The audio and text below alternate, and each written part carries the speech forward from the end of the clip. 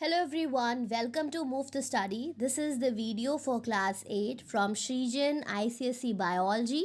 Chapter number 9 हम cover कर रहे थे एंड पार्ट फर्स्ट मैं ऑलरेडी अपलोड कर चुकी हूँ. दिस इज़ द पार्ट 2 जिसमें हम आगे की चीज़ें डिस्कस करेंगे. चेक पॉइंट 1 हम डिस्कस कर चुके थे. बात करते हैं हम इसमें एग्रीकल्चर के बारे में बात करेंगे और क्रॉप प्लांट्स के बारे में बात करेंगे. यहाँ पे समथिंग मोर में हॉर्टिकल्चर के बारे में लिखा हुआ है. अभी हम इसके बारे में भी डिस्कस करते हैं. स्टार्ट करते हैं फार्मिंग से. Cultivation of plants for food, cereals, vegetables and fruits. ठीक है, मतलब जो भी ये अनाज उगाए जाते हैं, सब्जियां उगाई जाती हैं, फल उगाए जाते हैं, इन सबको लार्ज स्केल पे इनकी जो कल्टीवेशन है उसको हम कहते हैं फार्मिंग. दूसरी चीज़ आती है क्रॉप प्लांट्स. क्या है? The plants grown in fields for food and fodder, मतलब भोजन के लिए या फॉडर के लिए, मतलब चारे के लिए जो प्लांट्स ग्रो करे जाते हैं उनको कहा जाता है क्रॉप प्लांट्स. ठीक है, भोजन और फॉडर मतलब चारे के लिए.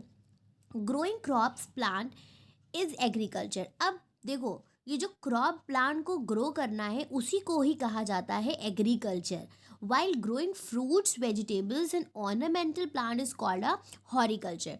तो अगर आप एक तरह से समझो तो फार्मिंग को दो कैटेगरीज में डिवाइड कर दिया गया. एक तो एग्रीकल्चर. एग्रीकल्चर का मतलब है जहाँ पे खाने और चारे के लिए जो क्रॉप्स ग्रो करे जा रहे हैं, जिनको हम क्रॉप प्लांट्स कहते हैं, उसको एग्रीकल्चर कहा जाता है. और हॉरिकल्चर की जहाँ पे बात करी जाती है तो फ्रूट्स, वेजिटेबल्स, ऑर्नामेंट प्लांट्स जो ग्रो करे जाते हैं, ठीक है, उसे कहा जाता है हॉरिकल्चर. अब बात करते हैं डिटेल में एग्रीकल्चर के बारे में. The term agriculture is drive from the Latin words. दो लैटिन वर्ड से लिया गया है. अगर मतलब होता है फील्ड एंड कल्चरा मतलब होता है कल्टीवेशन. इसी तरह से हॉरिकल्चर का यहाँ पे दिया हुआ है from the Latin word hortus and cultura, जिसका मतलब होता है गार्डन कल्टीवेशन. ठीक है, जहाँ पे वेजिटेबल, फ्रूट्स और ऑर्नामेंटल प्लांट्स को ग्रो किया जाता है. तो इसको कहा जाता है फील्ड कल्टीवेशन. मतलब जो मैदान में एक लार्ज स्केल पे कल्टीवेशन किया जा रहा है क्रॉप प्लांट्स का, उनको कहते हैं agriculture. Actually agriculture was primarily concern with rearing crops in the soil और in the field, but in broader sense agriculture include both. देखो, अगर एक जनरल बात करी जाए तो एग्रीकल्चर का मतलब क्या है कि क्रॉप्स को ग्रो करना सॉइल में. लेकिन ब्रॉडर टर्म में इसमें दोनों चीज़ें आती हैं. क्या चीज़ें आती हैं? फार्मिंग ऑफ द क्रॉप्स, मतलब क्रॉप्स की फार्मिंग करना. ठीक है, अब किस लिए उनको ग्रो किया जा रहा है?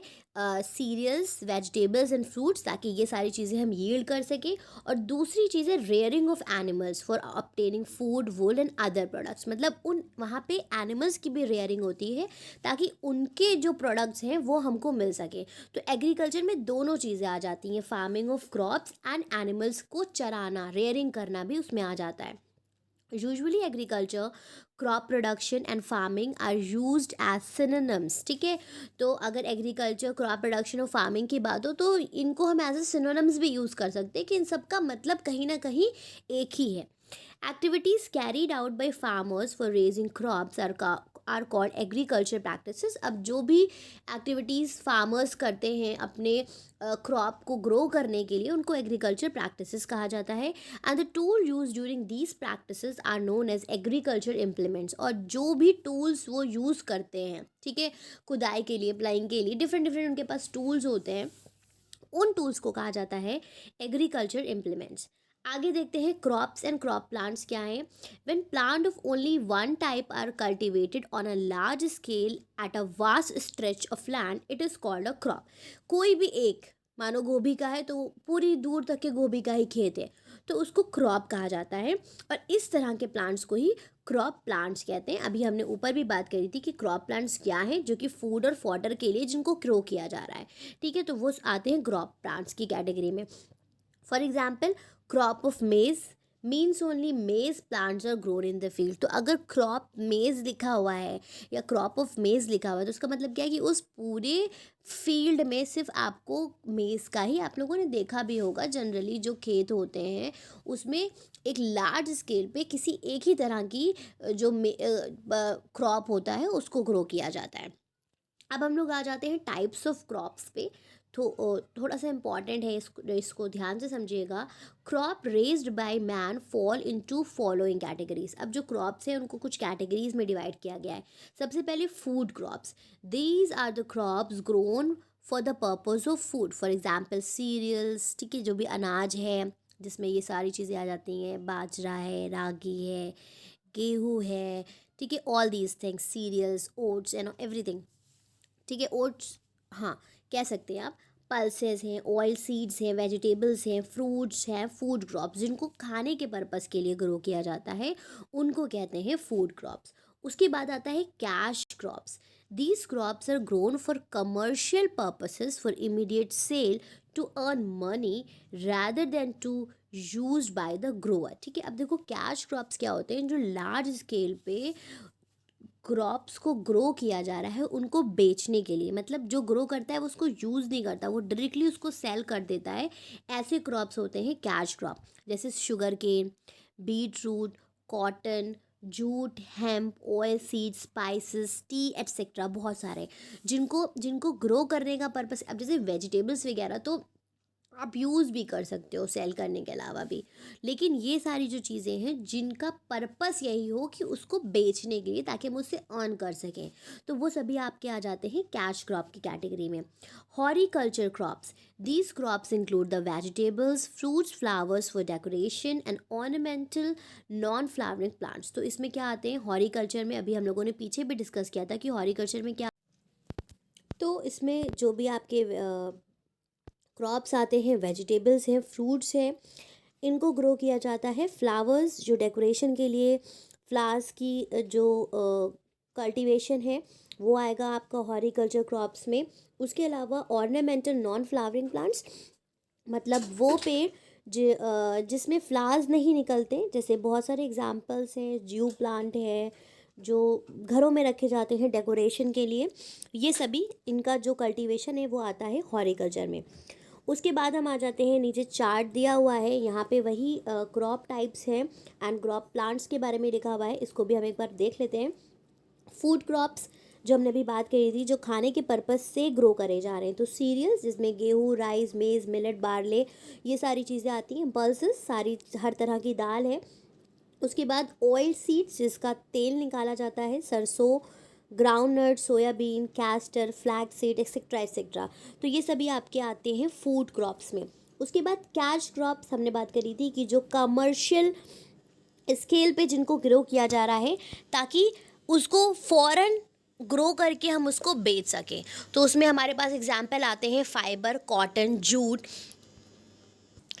Sugar cane, plantation crops, tea, coffee, coca, tobacco, spices, medicinal plants, ये सभी आपके आते हैं कैश क्रॉप की कैटेगरी में। फिर आता है हॉरिकल्चर जिसमें सभी तरह के फ्रूट्स हैं, वेजिटेबल्स हैं, राइट, एंड डेकोरेटिव प्लांट्स हैं जो सजाने के लिए, ऑर्नामेंटल उसके लिए, यूजेस के लिए, घर को सजाने के लिए यूज़ किए जाते हैं। वो फ्लावरिंग भी हो सकते हैं एंड नॉन फ्लावरिंग भी हो सकते हैं। Croton, coleus, ferns, bougainvillea, roses etcetera, इन सब का जो कल्टीवेशन है लार्ज स्केल पे ऑर्नामेंटल पर्पस के लिए, उसको कहा जाता है हॉरिकल्चर क्रॉप्स। नेक्स्ट टॉपिक पे आते हैं, ये बहुत इंपॉर्टेंट टॉपिक है, राबी एंड खारिफ क्रॉप्स। बहुत क्वेश्चंस इससे आते हैं। Crops grown in India. अब इंडिया में जो क्रॉप्स ग्रो होते हैं उनके बारे में हम बात करेंगे। Depending upon their growing season, crops in India falls into two categories. अब देखो ये डिपेंड करता है कि किस मौसम में कौन सा क्रॉप ग्रो कर रहा है, उस हिसाब से उसको दो में डिवाइड कर दिया गया है, राबी एंड खारिफ क्रॉप्स, ठीक है। अब हम बात करते हैं राबी क्रॉप्स। तो राबी क्रॉप्स वो हैं जो विंटर सीजन क्रॉप्स इनको हम कहते हैं, ठीक है। राबी क्रॉप्स को विंटर सीजन क्रॉप्स कहते हैं। Are sown in October and November. अब देखिए इनको कब बोया जाता है, जब जाड़े आने लगते हैं, अक्टूबर एंड नवंबर के महीने में इनको सो किया जाता है। And are harvested in March and April. तो जब इधर इनको सो किया जाएगा तो जब जाड़े जाने लगेंगे, मार्च एंड अप्रैल में गर्मी आ जाएगी, उस वक्त इनकी हार्वेस्ट किया जाता है। Therefore rabi crops are called winter crops. इसीलिए इनको विंटर क्रॉप्स कहते हैं, क्योंकि इनको मतलब इनको बोया जाता है जाड़ों में। These need longer day length for flowering. अब इनको ज़्यादा लंबा डे टाइम चाहिए होता है फ्लावरिंग करने के लिए. राबी क्रॉप्स इंक्लूड, अब राबी क्रॉप्स में कौन कौन से आते हैं? वीट, ग्राम, पी, मस्टर्ड, लिनन सीड, और भी बहुत सारे एग्जांपल्स हैं. आप मुझे कमेंट सेक्शन में कमेंट करके बताइएगा. फिर आ जाते हैं हम खारिफ क्रॉप्स के बारे में. तो खारिफ क्रॉप्स को रेनी सीजन क्रॉप्स कहा जाता है और ये ग्रो होते हैं. These are grown during the rainy season. June July के महीने में इनको ग्रो करते हैं और फिर इधर सितंबर और अक्टूबर में इनसे यील्ड मिलती है, हार्वेस्ट किया जाता है. They need warm and wet weather for the vegetative growth. इनको गर्म और गीला मतलब एडिक्वेट अमाउंट ऑफ वाटर चाहिए है अपनी ग्रोथ के लिए. And shorter day night for day length, और दिन का जो समय होना चाहिए फ्लावरिंग के टाइम के वक्त वो कम होना चाहिए, इसीलिए इनकी हार्वेस्ट सितंबर अक्टूबर में होती है.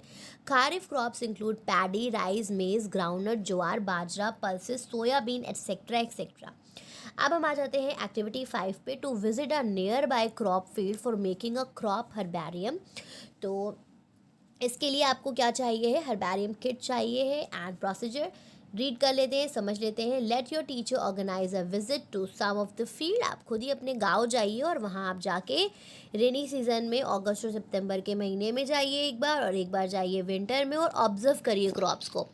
Observe the crops growing in each session in different field, मतलब हर अलग अलग समय में अलग अलग जो क्रॉप्स ग्रो कर रहे हैं उनको देखिए. Collect some twigs having flowers और फ्रूट्स और बोथ ऑफ ईच टाइप, और दोनों में से हर बार जाके उसमें से ट्विग्स, फ्लावर्स उनको कलेक्ट करिए. Take the help of your teacher for identification. फिर उसको आइडेंटिफाई करिए, क्लासीफाई करिए, वो कौन सा प्लांट है, किस कैटेगरी में आता है, वो खारिफ है कि वो राबी है. तो आप अपने गांव में जाइएगा, विजिट करिएगा एंड डिफरेंस पता करिएगा, और उसकी एक फ़ाइल भी आप बना सकते हैं. एक्टिविटी 6 क्या है? To visit a nearby garden for making a scrapbook on flowering and decorative plants. अब ये आप किसी भी पार्क में जा सकते हैं, किसी भी गार्डन में जा सकते हैं, और आपको एक स्क्रैप बुक बनानी है. अपना स्कूल का गार्डन भी विजिट कर सकते हैं. जितने भी फ्लावरिंग और डेकोरेटिव प्लांट्स हैं उन सब की लिस्ट बनाइए, उसके नेम लिखिए, उनके फोटोग्राफ्स लीजिए और उनके स्पेशल फीचर्स लिखिए. Prepare the scrap books including the plants you have observe. जो भी प्लांट्स आपने देखे हैं उनकी पिक्चर्स आप स्क्रैप बुक में लगाइए. उसका नेचर बताइए कि वो हर्ब्स हैं कि श्रब्स हैं, एंड सीज़न लिखिए कि आप किस सीज़न में आपने विज़िट किया था. चेक पॉइंट 2 डिस्कस कर लेते हैं. तो सबसे पहला क्वेश्चन है हमारा, crop produce for immediate sale for earning are called. तो अभी हमने ऊपर बात करा था, करी थी, उसको हम कहते हैं commercial crops, right. Growing plants and raising animals for human use. तो प्लांट्स को ग्रो करना और एनिमल की रेयरिंग करना, उनसे प्रोडक्ट्स उनके पाने के लिए, तो उसको क्या कहते हैं? तो वो एग्रीकल्चर की कैटेगरी में आता है. It's called agriculture. Dash crop include cultivation of fruits and vegetables. तो यहाँ पे आपका आंसर आ जाएगा फूड क्रॉप्स. जो फूड क्रॉप्स होते हैं उसमें फ्रूट्स और वेजिटेबल्स आते हैं. Cotton is a dash crop. तो अभी हमने पढ़ा था यहाँ पे कि कॉटन क्या है? हमारा खारिफ क्रॉप है. So you will write kharif crop. Rabi crops are grown in Rabi crops are grown in dash and are harvested in. तो अभी हमने ऊपर डिस्कस किया था, राबी क्रॉप्स हमारे ग्रो करे जाते हैं अक्टूबर और नवंबर में, एंड इनका हार्वेस्ट होता है मार्च एंड अप्रैल में. नेक्स्ट हमारा क्वेश्चन है, लास्ट क्वेश्चन है, rice and maize are dash season crop. तो यहाँ पे आप लिखेंगे रेनी सीजन क्रॉप, और आपको पता है राइस और मेज किस कैटेगरी में आते हैं? खारिफ की कैटेगरी में आते हैं. So that's all students. In part 2, part 3 भी में भी मैं सारी चीज़ें एक्सप्लेन करके आपको, उसके बाद हम इसके टेस्ट योरसेल्फ के सोल्यूशन डिस्कस करेंगे. अगर आपको कहीं पे भी कोई भी प्रॉब्लम है तो आप मुझे कमेंट सेक्शन में कमेंट कर सकते हैं. And thank you very much for your support, for watching the videos, and for spreading it to all. Thanks for all the support. Thank you, everyone.